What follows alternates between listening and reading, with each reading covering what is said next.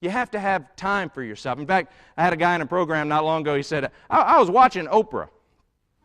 And he was a great big guy, too. I thought he was a great big guy. So I was watching Oprah. And Oprah says that you have to have a spot.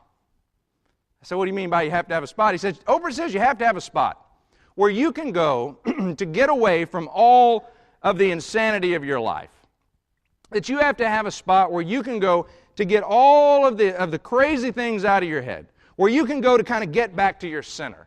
To kind of get off the merry-go-round for a while and get back to normal. How many of you have a spot like that? Raise your hand if you have a spot where you can go. There are a few of you in the room. Probably it's about average for a group this size. Most of us don't. For a long time, I didn't. For a long time, I didn't have a spot. And ironically, it was because I was too busy. Have a spot? I don't have a spot. I'm too busy traveling around the God. Seat 4A, that's my spot right there on the airplane. I go get on the airplane, it's nice and quiet, nobody's walking in, nobody's bothering me, nobody's doing anything like that. That's my spot. And then I realized the importance of having one because I'd never had one before that.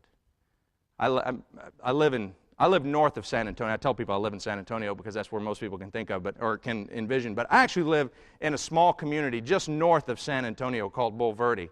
And my wife and I used to live in San Antonio, and we bought some land in the Texas Hill Country so that we could go up and build a house and kind of be far enough away to enjoy the country, but at the same time be close enough to enjoy the big city. And so we bought some land, and we've since built a house on it. But when we first bought the land, the day that we closed, we said, let's just go out there and walk around. Let's just go see what we have and just kind of experience it. So we did, and as we walked around, I came across this creek.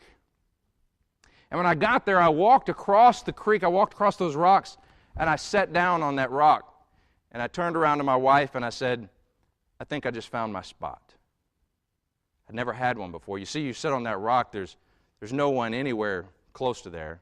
So there are no people, there are no cars, there's no street noise, there are no houses. It's just out in the country.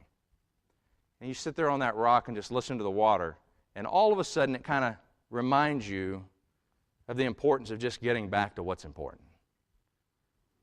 My hope is that you have a spot like that. I had a lady in a program not long ago raise her hand. She said, I don't have a spot looks like that. I have a spot, but it doesn't look like that. I don't have any land. She said, but I have a spot like that. She said, it's every morning there in the toilet. I go in there. There's nobody bothering me, and there's nobody walking in, and no phone calls. I can just sit right in there and have my peaceful. I said, that was more information than I wanted to know. But we all have to have a spot. I hope that you have found that in your life because, again, I believe that when we get so detached from ourselves, when we don't have a hobby, when we don't have things that we look forward to doing that's just ours, we drag ourselves back to work on Monday morning because we never had anything specific for us to enjoy.